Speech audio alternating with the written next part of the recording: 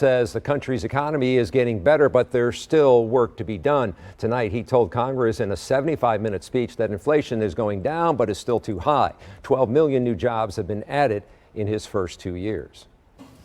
We're not finished yet by any stretch of the imagination, but unemployment rate is at 3.4%, a 50-year low.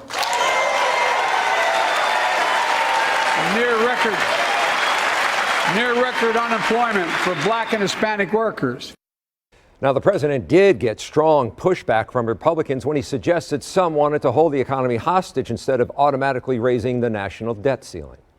Instead of making the wealthy pay their fair share, some Republicans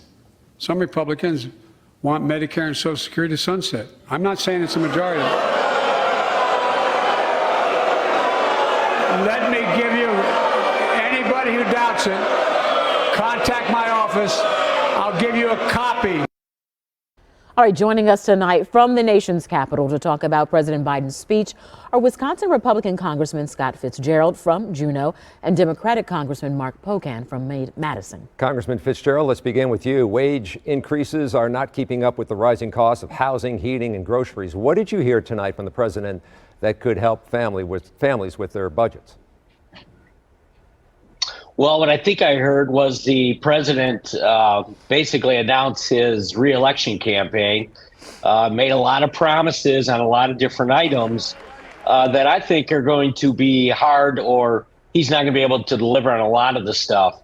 So it's not surprising to me he's going to be in Wisconsin tomorrow, swing state, because I think that's what we heard this evening. Congressman Fitzgerald, let me ask you, the president did talk tonight about helping families cover child care costs. Will there be bipartisan support here in the House? And where do Republicans see this year going on what they would like to get done?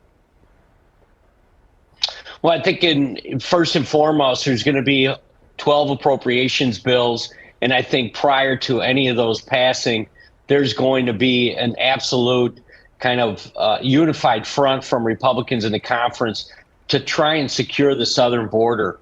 It is something that the president touched on this evening, but quite honestly, I don't believe that many of us think that there's a proposal that's substantial enough to actually accomplish that. So I think we go back to kind of where we were even prior to the speech, and that is that the new Republican-controlled House has got to work through the committee structure and get things done where it's related to the border. Just quickly, though, do you see some bipartisan support for things like child care?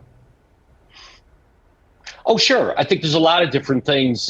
He talked about prescription drug pricing, talked a little bit about some of the other, what I would refer to as kind of domestic programs that I think there is bipartisan support on. And hopefully we can work with the president on those items.